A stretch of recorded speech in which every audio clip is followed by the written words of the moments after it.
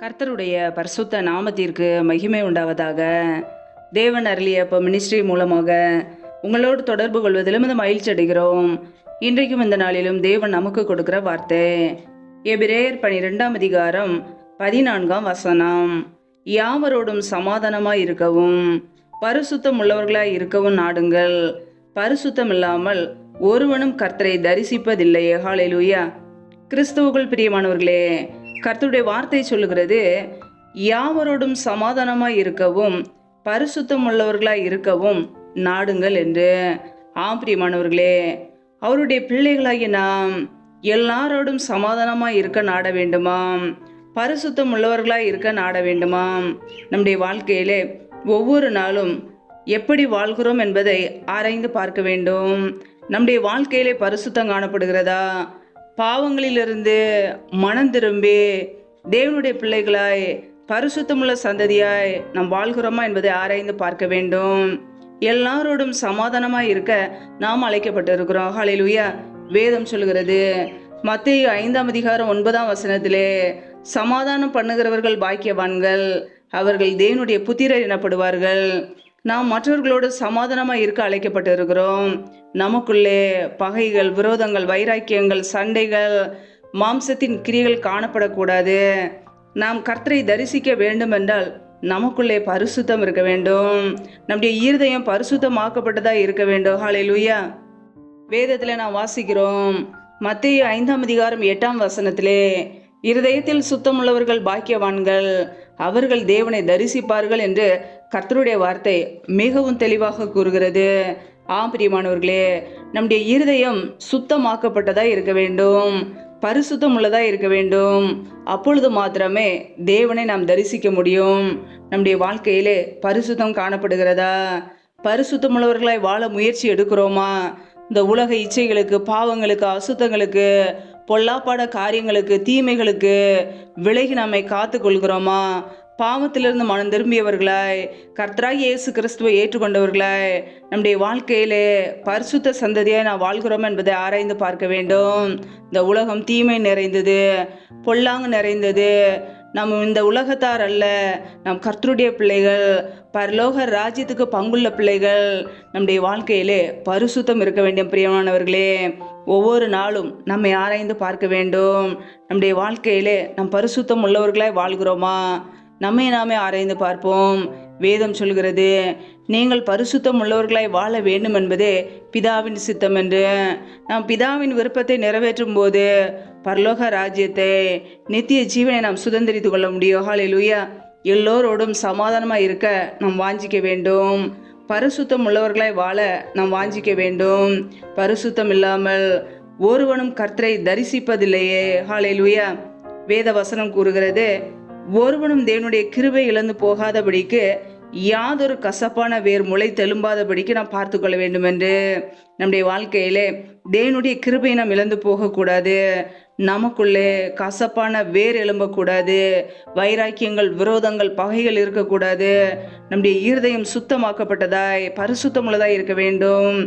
யாவரோடும் சமாதானமாய் இருக்கும்போது, பரிசுத்தமுள்ளவர்களாய் வாழும்போது மாத்திரமே கர்த்தராகிய இயேசு கிறிஸ்துவை நாம் தரிசிக்க முடியும். பிரியமானவர்களே, இன்றைக்கு நம்முடைய வாழ்க்கை எப்படி இருக்கிறது என்பதை ஆராய்ந்து பார்ப்போம். ஹல்லேலூயா.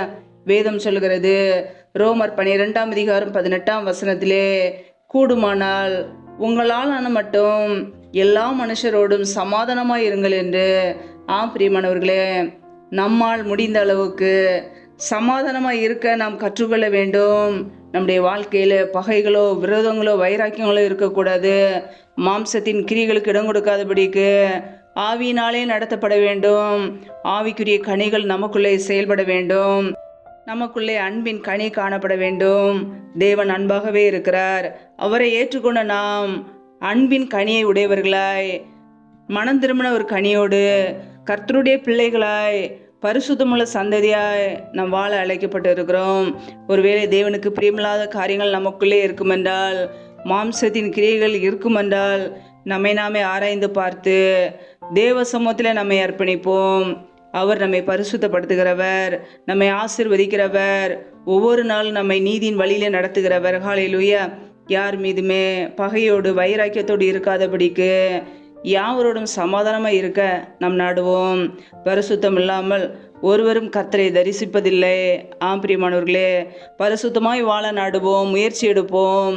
ஒவ்வொரு நாளும் தேவ சமூகத்திலே காத்திருந்து ஜெபிப்போம். தேவன் நம்மை பரிசுத்தப்படுத்துவார். இரவும் பகலும் வேதத்தை வாசிப்போம், தியானிப்போம். சத்திய வார்த்தைகள் நம்மை பரிசுத்தப்படுத்தும். பரிசுத்த ஆவியானவருக்கு நம்முடைய இருதயத்தில் இடம் கொடுப்போம். அவர் நம்மை பரிசுத்த வழியில நடத்துவார். ஹல்லேலூயா. கர்த்தர் உங்களை ஆசீர்வதிப்பாராக. ஆமேன். நம்மை நாமே தேவ சமூகத்திலே தாழ்த்தி அர்ப்பணித்து ஜெபிப்போம். ஜெபம். எங்களை அதிகமாய் நேசிக்கிற எங்கள் அன்பின் பரலோக தகப்பனே, மெய் துதிக்கிறோம், ஸ்தோத்திரிக்கிறோம். அப்பா, இந்த இரவு வேலைக்காக மெய் துதிக்கிறோம், ஸ்தோத்திரிக்கிறோம். ஒவ்வொரு நாளும் கண்ணின் மணி போல எங்களை பாதுகாத்து கிருபையோடு, ஜீவனோடு, சுகத்தோடு, பலத்தோடு எங்களை வைத்திருக்கிறீரே, உமக்கு நன்றி அப்பா. ஒவ்வொரு நாளும் எங்களை தேவைகளை சந்திக்கிறீரே, நன்றி. உண்ணவும் உடுக்கவும் தங்குவதற்கு இடம் கொடுத்து எங்களை பாதுகாக்கிறீரே, நன்றி அப்பா. உடைய வார்த்தைகளோடு எங்களோடு பேசுகிறீரே, அதற்காக உமக்கு ஸ்தோத்திரம், ஸ்தோத்திரம். நன்றி நிறைந்த உள்ளத்தோடு உமக்கு நன்றிகளை ஏறெடுக்கிறோம். இப்பொழுது இணைந்திருக்கிற ஒவ்வொரு பிள்ளைகளையும் உடைய சமூகத்திலே தாழ்த்தி ஜெபிக்கிறோம். இணைந்திருக்கிற ஒவ்வொரு குடும்பங்களையும் என் தேவன் ஆசீர்வதிப்பீராக, பாதுகாத்து கொள்வீராக. பிள்ளைகள் என்னென்ன தேவைகளுக்காக ஜெபிக்கிறார்களோ எல்லாவற்றையும் செய்து கொடுங்கப்பா. பிள்ளைகள் செய்கிற வேலைகள், தொழில்கள், வியாபாரங்கள் எல்லாவற்றையும் ஆசீர்வதிங்க. கைகளின் பிரயாசங்களை பெருக பண்ணுங்கப்பா.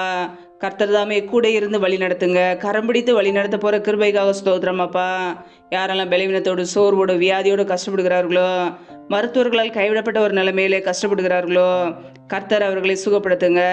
உடைய சுகமாக்கும் கரம் பிள்ளைகளை தொட்டு இப்பொழுதே சுகமாக்கட்டும், விடுதலையாக்கட்டும். பலவீனத்திலே உடைய பலன் பரிபூரணமாய் விளங்கட்டும். என் தேவன் ஆசீர்வதிங்கப்பா. யாரெல்லாம் கடன் பிரச்சனையிலே, உபத்திரவத்திலே கண்ணீரோடு வாழ்கிறார்களோ, நிம்மதி இல்லாமல் கஷ்டப்படுகிறார்களோ, கர்த்தர் அந்த குடும்பங்களை சந்திங்க. பிள்ளைகள் வாழ்க்கையில் உள்ள தரித்திர நிலைமைகள், வறுமைகள் எல்லாம் நீங்கி போகட்டும். கடன் பிரச்சனையை நீக்கி ஆசீர்வதிங்கப்பா. கைகளின் பிரயாசங்களை பெருக பண்ணுங்க. அப்படியே கரங்களிலே தாழ்த்தி ஜெபிக்கிறோம். எந்தெந்த குடும்பங்களிலெல்லாம் திக்கற்றவர்களாய் தனிமையோடு வாழ்கிறார்களோ, கணவரால் கைவிடப்பட்ட ஒரு நிலைமையில யாருமே இல்லாமல் கஷ்டப்படுகிறார்களோ, கர்த்தர் அவர்களுக்கு உதவி செய்யுங்க. திக்கற்ற பிள்ளைகளுக்கு நேரே சகாயர். மனமிறங்கி ஆசீர்வதிங்க. அப்படியே நன்மையினால் நிரப்புங்கப்பா. எந்தெந்த குடும்பங்களிலெல்லாம் வேலை இல்லாமல் கஷ்டப்படுகிறார்களோ, பிள்ளைகள் படிப்புக்கேற்ற நல்ல வேலைகளை ஏற்படுத்தி கொடுங்கப்பா. வேலை காரியங்களில் உள்ள தடைகள் எல்லாவற்றையும் நீக்கி போடுவீராக. இயேசு கிறிஸ்துவின் வல்லமையுள்ள நாமத்தினாலே தடைகள் நீக்கப்படுவதாக. எந்தெந்த குடும்பங்களிலெல்லாம் கர்ப்பத்தின் கனிக்காக ஜெபிக்கிறார்களோ, என் தேவன் அந்த குடும்பங்களை ஆசீர்வதிங்கப்பா. பிள்ளைகள் கர்த்தரால் ஒரு சுதந்திரம், கர்ப்பத்தின் கனி அவரால் கிடைக்கும் பலன் என்று வேதத்திலே நாங்கள் வாசிக்கிறோம். என் தேவன் ஆசீர்வதிங்க. தடைகள் எல்லாவற்றையும் நீக்கி போடுவீராக.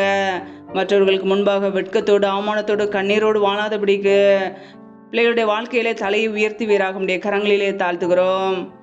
எந்தெந்த குடும்பங்களிலெல்லாம் கணவன் மனைவிக்கிடையே பிரிவினையோடு, பிரச்சனையோடு வாழ்கிறார்களோ, கர்த்தர் அந்த குடும்பங்களை சந்திங்கப்பா.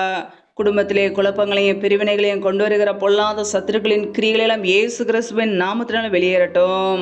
கர்த்தர் அற்புதமாய் பிள்ளைகளை நடத்த போகிற கிருபைக்காக ஸ்தோத்திரம். இந்த குடும்பங்கள் எல்லாம் இயேசு கிறிஸ்துவின் நாமத்தினால மறுபடியும் இணைக்கப்படட்டும். கர்த்தர் ஆசீர்வதிங்கப்பா.